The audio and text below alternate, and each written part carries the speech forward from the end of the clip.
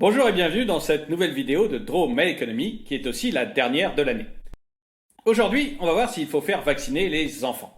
Mais avant de commencer, j'aimerais répondre à une question que m'a posée Gilbert dans les commentaires.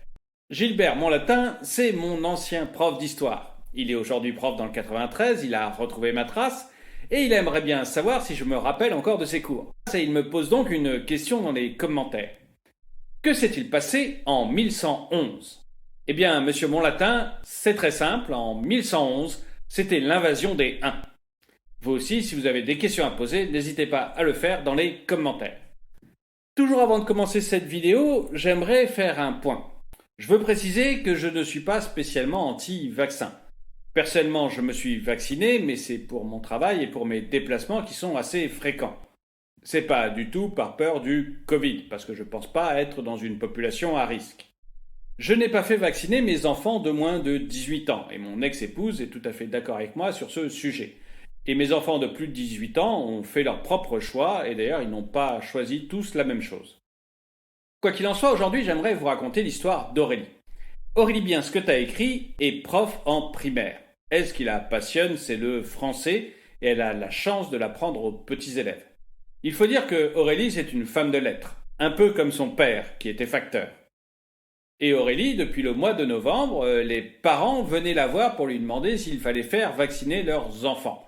Elle ne sait pas bien pourquoi on allait la voir elle, un médecin lui semblait plus indiqué, mais c'est elle qu'on venait voir. Et elle ne savait pas bien quoi répondre. Jusqu'ici d'ailleurs, elle évitait la question. Mais progressivement, le sujet de la vaccination des 5-11 ans a été mis sur la table par le gouvernement. Et d'ailleurs, depuis le 22 décembre, la vaccination est ouverte à tous les 5-11 ans. Bref, petit à petit, Aurélie a dû trouver de véritables réponses à faut-il ou non faire vacciner mon enfant. D'autant plus que le gouvernement a trouvé intelligent de faire en sorte qu'il suffise qu'un des deux parents soit d'accord pour que l'enfant soit vacciné, ce qui augure de bonnes disputes familiales à la maison. C'est d'ailleurs une dispute familiale qui a poussé Aurélie à intervenir. Aurélie était à la fin d'un cours de poésie. Le petit enfant lui racontait son nouveau poème. Je suis allé à la mare aux grenouilles et j'avais de l'eau jusqu'aux genoux. Alors elle a bien fait remarquer à l'enfant qu'il n'y avait pas de rime dans cette phrase, mais l'enfant lui a dit que c'était parce qu'il n'y avait pas assez d'eau. Bref, le cours s'est fini là-dessus et deux parents, un papa et une maman, sont entrés dans la classe pour demander à Aurélie si oui ou non il fallait faire vacciner leur enfant. Ils étaient en complète opposition sur le sujet et ça commençait à chauffer à la maison. Aurélie s'est donc dit que ça ne suffisait plus d'être évasive, il fallait qu'elle trouve des vraies raisons. Et donc, elle a dû se renseigner. Pendant la récréation des enfants, elle a donc été les voir sur le site de Santé publique France et sur un autre site, data.gouv, les chiffres que donnaient ceux-ci sur le Covid-19 chez les enfants. Au début, elle a été très surprise par le nombre de cas de Covid-19 chez les enfants, qui semblait complètement exploser. Mais ensuite, elle s'est rappelée d'une conversation qu'elle avait eue avec l'infirmière scolaire, Aïcha Femal. Aïcha lui avait dit qu'en fait la stratégie de dépistage avait changé depuis quelque temps, et qu'il y avait beaucoup plus de tests salivaires à l'école. Du coup, plus de tests, ça veut dire aussi plus de cas positifs. En fait, quand elle regarde les chiffres de Santé publique France, elle s'aperçoit que le Covid-19 circule à peu près de la même façon chez les enfants que chez le reste de la population. Et que d'ailleurs, l'évolution de l'épidémie de Covid-19 chez les moins de 20 ans, et même chez les moins de 10 ans, est à peu près la même que dans la population générale. Bref, Aurélie a l'impression que le virus circule de la même façon chez les enfants que chez les adultes et qu'il n'y a aucune différence. La seule vraie différence qu'elle voit, c'est qu'il y a beaucoup moins d'hospitalisations chez les enfants que chez les adultes. En tout, sur la France, dans les chiffres qu'elle voit, il y a moins de 250 enfants hospitalisés pour Covid-19 actuellement, et uniquement 153 de moins de 10 ans. Bref, quand elle retourne en cours, elle est plutôt rassurée pour ses élèves sur le Covid-19. Il n'y a pas grande inquiétude à avoir. La deuxième partie de la matinée se passe plutôt bien, avec des élèves attentifs. Au moment de quitter la classe pour aller déjeuner, la petite Léa lui demande même quand est-ce qu'elle aura des seins comme elle. Et Aurélie lui répond, eh bien, quand tu auras 5 000 euros, ma chérie. Et puis quand elle sort pour elle aussi aller déjeuner, elle recroise le fameux couple de parents qui l'attendent de pied ferme parce qu'ils ne savent toujours pas si oui ou non ils vont faire vacciner leurs enfants.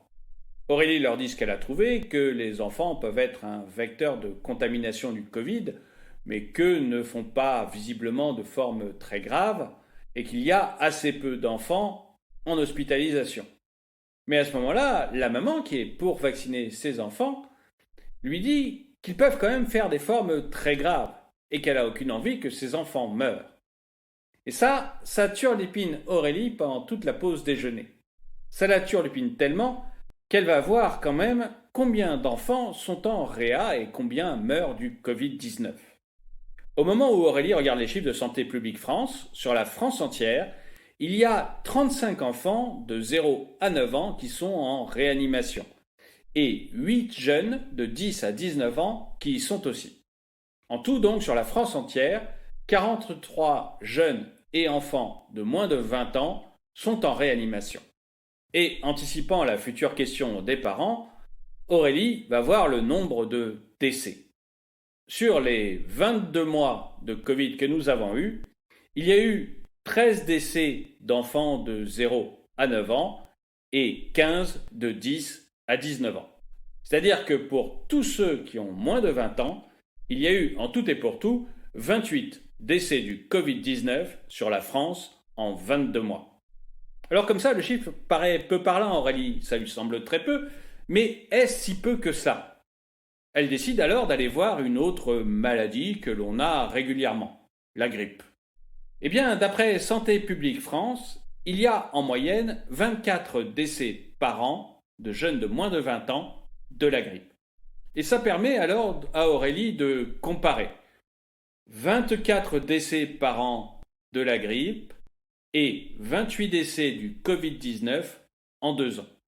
Finalement, le Covid-19 semble tuer 2 fois moins de jeunes que la grippe tous les ans. Et quand Aurélie va revoir les parents, elle leur dit que finalement, les chiffres montrent 2 choses.